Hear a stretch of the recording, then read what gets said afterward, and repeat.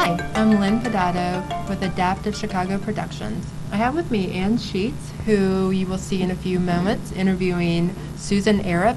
And Ann is a proponent of single payer, and we just want to discuss more about what is single payer and how does it relate to disabilities. Well, single payer is actually a very simple system.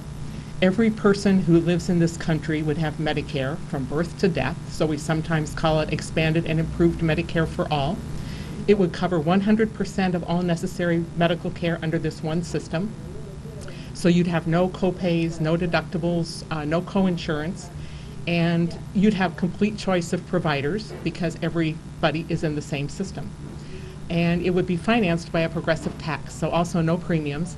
And we say a progressive tax, meaning that the less money you have, the less you pay in. The more money you have, the more you pay in. So people who are wealthy subsidize people who are poor, and people who are healthy subsidize people who are not healthy. And everybody, whether you're healthy, wealthy, poor, sick, whatever, knows that you have access to care when you need it. So, and it's so simple that we can actually spend much less money and give every person in the country much better care because of all the savings we would have on the administrative complexity that we have now. Okay, that makes sense. And when you talk about the progressive tax, we already have a progressive tax. Primarily, I mean, I know it can be debatable whether you move up or down. Obviously, it would probably go up. But would there be a lot of changes then to our tax code with a single payer system? I think the tax code would be simpler in the sense that to fund the healthcare system, you would just have one tax. Just one tax. So everybody would pay a Medicare tax. Well, employers would pay a Medicare tax, probably. Employees would pay a Medicare tax. And we're not set on a particular way of financing it, except that we say that the wealthier you are, the more you should contribute. Right. Okay. And then in regards to disabilities, how do you think a single payer system would be beneficial to people with disabilities? I think it would be very beneficial in a number of ways. And then in a minute, I want to talk about what the single payer movement can gain from the people with disabilities. So right now, for many people with disabilities, they are locked into extreme poverty for life. That's not universally true, but certainly many more people with disabilities are poor than the general population. And the cost of health care helps to contribute to that. So if to be on Medicaid, which in some ways is a superior way of having health care because your out-of-pocket costs are very low or non-existent, but you have to be exceedingly poor in order to qualify for Medicaid. And then you're locked into certain networks of providers who will accept Medicaid. The alternative to that is to have private insurance of some kind, such as employer-sponsored insurance or insurance you buy yourself, but then you're faced with very high out-of-pocket costs. So high deductibles, high co-insurance, high co-pays, and those are getting worse for everybody. So then if your out-of-pocket costs are high, you may be impoverished by that. You may even go bankrupt. So those are, for many people, the two alternatives. Under a single-payer system, since the financial risk is spread over the whole population, and since everybody gets what they need with no out-of-pocket costs, that would allow people with disabilities to get jobs without thinking at all about health insurance, and to get whatever kind of job they could qualify for, and not have to be poor in order to get health care. So that's one thing that would be much different. A second really important thing is that, like everybody else, people with disabilities would have complete choice of providers, which now is non-existent for almost everyone, but of particular significance for people who are poor or have special health care needs, such as people with disabilities may have. So they could make their decision about who is best to take care of them and see those people. Everything would be covered, including some things that are now not available to many people, such as dental care, hearing aids, things like that. So we say everything would be covered. And we would get rid of we would not save not save money by cutting care, we would save money by cutting administration. So there wouldn't be limits on how much physical or occupational or speech therapy you could have, or how many wheelchairs you could get in a lifetime. We don't need to have those limits if we cut down on administration and save money that way. Okay. So there are many ways that it would help. And so are you saying that under the Medicaid system, the network of providers is much smaller than would be available with Medicare? Absolutely. That then would be available with expanded and improved Okay. Medicare for all. Under a single payer system, the network of providers is all providers. Okay. And you can make your choice. Now, really, almost everybody has a limited network of providers. So if you have private insurance, it's the providers that your insurance company has contracts with. Right. If you have Medicaid, it's who'll take Medicaid. So Okay. we would get rid of that. And I wanted to say something about what the single payer movement can gain from the people with disabilities movement, which I think there are a couple of things. One is the passionate commitment that the disability rights movement has to improving life for people with disabilities. And we want to take that passionate commitment and extend it to the whole population. The single payer movement would take that commitment and carry it to the whole population, because this is really about social solidarity. And the other thing is that if we look at the deficits in care that people with disabilities have had, that's what all of us are destined for as our healthcare system continues in the way it's going now, which is less and less choice of providers, more and more out-of-pocket costs, more restrictions on what you can get covered at all. Well, and definitely with expanded Medicare, I know, for example, my mother, she has hearing loss. She's on Medicare, but that's not covered. It's not covered. Not covered. Dental, she's paying out of pocket for That's her right. dental. And then you have all your, I don't know, all the secondary plans that you can Absolutely. get to cover what Medicare Right. doesn't cover. So it definitely sounds better. So than we would what is have now. one plan that would cover everything. Right. And that's where you get the savings. That just think of the cost of administering all these supplemental plans and the separate dental plan and nothing for hearing, so that you have to negotiate with the providers. You get rid of all of that administrative excess, and we have more than enough money to take care of everybody and do a better job. So I know one big thing in the autism community, or not even just autism, for people with certain developmental and cognitive delays, just even having a dental exam is very difficult. Right. So is that also something that could be expanded? Because, for example, often they need to be put under anesthesia to Right. actually have the exam, which Right. is not covered by insurance. It's not even covered by Medicaid. So Right. is that something that could also be part of this Absolutely. Medicare expansion? Absolutely. And I should mention that what we're talking about is something that we're going to have to fight for. And the need to fight for it is not going to go away when we have a single payer system. So Right. that's another thing that the disability rights activists and the single payer activists, all activists contribute. That's going to have to be permanent, that we're going to have to fight for the things that we need. Right. But yes, again, we have plenty of money to provide those services if we weren't diverting these billions of dollars, and it's really billions, maybe more than $500 billion in a year in administrative excess costs. If you just make the system simple, you go to see your doctor, your dentist, whatever you need is paid for, and it's a simple billing procedure, then we have plenty of money to provide for all of those things, and we can think about what do people need, how do we provide that, not what intricate ways do we pay for it. Well, great. Well, thank you so much for clarifying that Thank you, for ma'am. us. And I definitely agree. I think it's a Wonderful. much simple system, and we'll get rid of all the individual state regulations and mandates. We'll just have one system. One So, system. Thank you Absolutely. so much. We say everybody in, nobody out. Yes. Thank you so much, Ann, and we Thank look you. forward to your interview with Susan. Thank you. Hello, my name is Ann Scheetz. I'm an activist with the Illinois Single Payer Coalition, which we call ISPC, and with the Illinois chapter of Physicians for a National Health Program. I'm here today with single payer and disability rights activist Susan Aarup. Susan is co-chair of the ISPC People with Disabilities Committee and co-coordinator of Chicago Adapt. Susan, it's wonderful to be here with you today. Good to be here with you too. I'm So- glad to be here. You're an activist in two fields, at least two that I know of, in single payer and in disability rights. Is there for you a connection or a relationship between those two kinds of activism? And if so, how would you describe that? Well, it's a social justice issue. And because I believe that healthcare is a human right, and that goes right along with single payer. And I think everybody is entitled to see whoever they need to see and should have insurance all their lives. Right. and I've lost my insurance. Right. So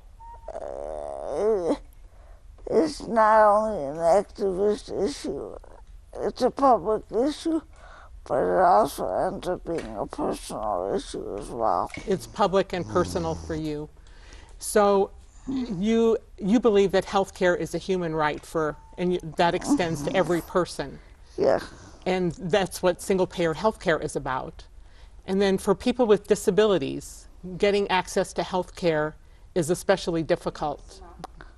Would you say that that's correct? Yeah, especially with the managed care that they just implemented. Okay, managed care makes it more difficult for you to get the care that you Right. need. It's supposed to be better, but it's not. It's supposed to be better, but it's not, right? So let's talk a little bit about some of the difficulties with Medicaid managed care. So one of the things that Chicago ADAPT works on, and ADAPT all over the country, is getting people out of nursing homes, deinstitutionalization. What effect would you say that Medicaid managed care has had on that? Well, it makes the institution harder, and there's fewer people who can get out of nursing homes, because if you don't have the right case coordination, or they don't believe you, then it makes it harder to get out of nursing homes, which is why ADAPT fights to end the institutional bias. Right. So when you're in Medicaid managed care, you're dependent on your caseworker. Is that correct? It's called a case coordinator. Care coordinator. So the person who's supposed to coordinate your care can actually turn out to be an obstacle to you getting out of an institution when you want to. Yeah. Is that correct? Okay. Yeah. So the care coordinator has to believe you. Tell me more about what you mean when you say they have to believe you. They have to know that the person can live independently on their own. Okay. So they have to you have to prove to them that they can live on their own with the proper support. Okay. You have to prove it to them. Yeah. And you find that they're not necessarily very knowledgeable or very sympathetic? They're not very. They try to be, but they don't really see sometimes they don't see the whole person. They don't see you as a whole person. Right. So they don't understand, they're seeing you as a person with some disabilities, but they're not understanding the extent of your abilities. Right. All the things that you can do. Right. Is that correct? It's more of a let's see what kind of things that you need for services, and then it's proving to them that you need a wheelchair repair done. Okay. That doesn't take forever to do. Okay.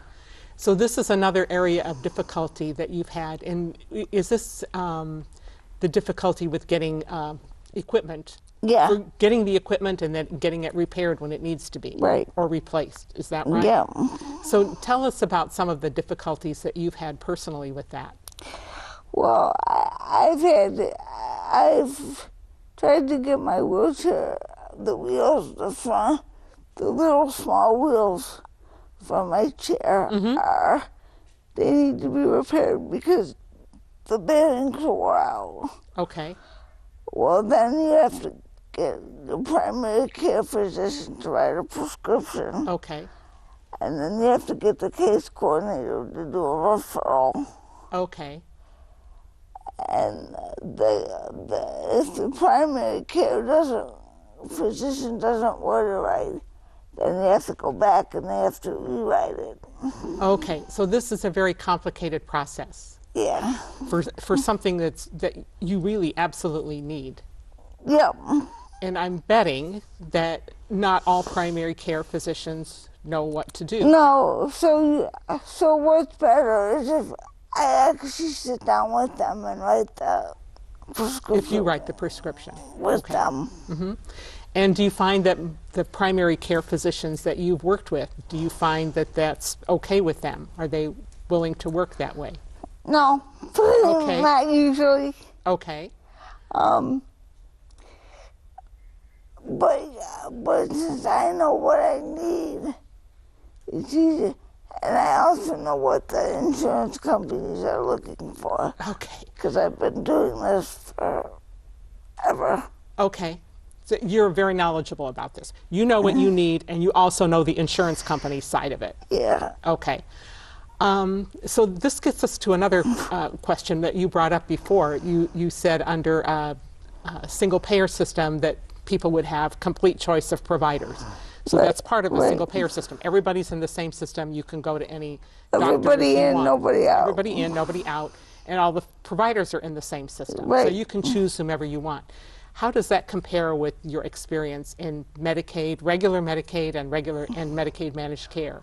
Well, you have to choose the persons if they're in the network. They have to be in network. Okay. Yeah, and then for Medicaid, I lost my doctor after 15 years. Okay. Because they weren't accepting Medicaid. So going back, if I recall from what I know about you, you had been employed, you had employer-sponsored insurance. Right. You had the same doctor for 15 years. Is that correct? Yeah. And then you lost your job, Yep. and then you had to go on Medicaid, and then your doctor wouldn't take Medicaid, Right. and you had to change doctors. Right. Is that right? And now, since it's a managed care situation, I've had to change doctors 4 times. So now you've had to change 4 more times. Right. Okay. So the doctor that you had for 15 years, did that doctor understand what you needed and know how to write prescriptions properly, understood the insurance? Yep. Okay. That's because I taught him. Okay. But, you taught him. Yeah. And he learned that, the two of you could work together, and then because your insurance changed, because you lost your job, Right. you had to go to a doctor with whom you had to start all over. Right. Is that right? And you had to start all over multiple times. Right. And now you end up with a doctor who doesn't know what you need and perhaps is reluctant, doesn't know that you know what you need. Right. Is that fair to say? That can happen, yeah. That can happen. I don't want to get too personal about the doctor you have now, but have you found now, since you've been in Medicaid managed care, have you found a doctor you can work with? Not quite yet. No? I have a primary care physician, but I've only seen her once. Okay. So we'll have to see how that works out. Okay. It's too new to tell. Too new to tell. Okay. But she wrote me 7 referrals, and I haven't. I don't know if my case coordinators, I'm supposed to call them, or I'm supposed to wait for her. I don't know what exactly is happening. So this is another instance of a very complicated system. Right. For you to get something that should be simple, you and your doctor decide you need a referral. In some doctors' practices, the front desk will call up and make the appointment for you. Right. And that's not your experience. Not right now, no. The referrals that you requested, are you willing to tell us a little bit more about what kind of services you need? So, some of them are just routine stuff like a mammogram or a physical and some gastrointestinal stuff going on. Okay. Some follow-up from when I was in the hospital 2 years ago. Okay. Making sure that I still get my medications that I need. Okay. And so for each of these things, it's not just a matter of you and the doctor deciding what you need. For instance, for a mammogram, which is recommended for the majority of women, it's at a certain age, and then for many years. But for you to get a mammogram is not a simple matter, just to get the referral. Right. Somehow it has to be coordinated by somebody else besides you. Right. Because of this case coordination thing. And if we had single payer, we wouldn't have to do anything. We wouldn't need that. And you're very well able to coordinate your own care. Yeah. Is that correct? You coordinate much more complicated things than that, just even to get around. Right. Correct. So you're perfectly able to do that, and yet you have to go through this extra person who has perhaps can decide even not to let you get something. And then the doctor doesn't even know which way to go, because I asked the doctor if she knew, and she didn't know either. And for each of these things, you have to make sure that you stay in network. For instance, Right. you can't just go anywhere to get a mammogram. Right. Because it's close to you, or because your doctor has a relationship with that facility. That's not good enough. It has to be in your insurance network. Yeah. Is that correct? So all of these complications. Yeah. Now, besides your primary care physician, you see some specialists sometimes. Is that right? I used You to. have to. You used to see some specialists. Yeah. And if you needed to see a specialist again, Then I need a referral. you need a referral from your doctor, and again, it has to be someone in network. Yeah, right. Is that right? Right. Okay. So each of these steps is is something very complicated when in fact it should be very simple. And what we hear, I mean, this is healthcare. this is healthcare. This is not rocket science.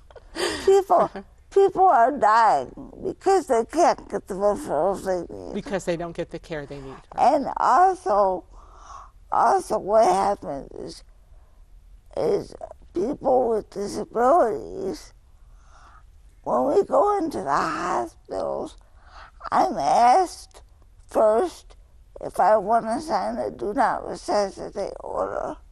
Really? Yeah, You're asked this first. first. Now, my idea about, to tell you the truth, I can't imagine that. So I'm a physician. I took care of, hundreds and hundreds of people, and I never asked somebody, do you want a do not resuscitate order? I never did that. That's strange to me. That must be a very painful experience for you. Just because I think people think life with a disability is so awful that I must not want to live. And that couldn't be further from the truth. I wouldn't be doing what I'm doing today if I mean, having a disability is just part of the equation. It's part of what you live with. Yeah, it's not. Part of your life, but it's not you. No. It's not. And you love life. Yeah. You do wonderful things with your life, and you want to keep doing those. Yeah. I mean, I wouldn't be in school if I wanted. See, I wouldn't still be looking for a job and still be going to night school if I wanted to just stop being an activist. So you're somebody who loves life. Part of your love of life is to be an activist and for single-payer health care and for disability rights. You're going to keep doing that. So am I. Yeah. Is that right? Yeah. And you don't go in a hospital to die. You go into a hospital to get better. Right. And for both of us, I believe this is an issue of social justice that we share with every person in the country and even in the world. Would you agree with that? And I think it's a human rights issue. It's a human rights issue. And everybody deserves equality. Everybody. And everybody deserves equality in healthcare. And that's why single payer is so important. So everybody deserves equality in health care. So single payer is important, and we have to continue to fight for people with disabilities to get everything that they need. So thank you so much, Susan, for talking with me. Thank you. And it was wonderful being here with you. Thank you.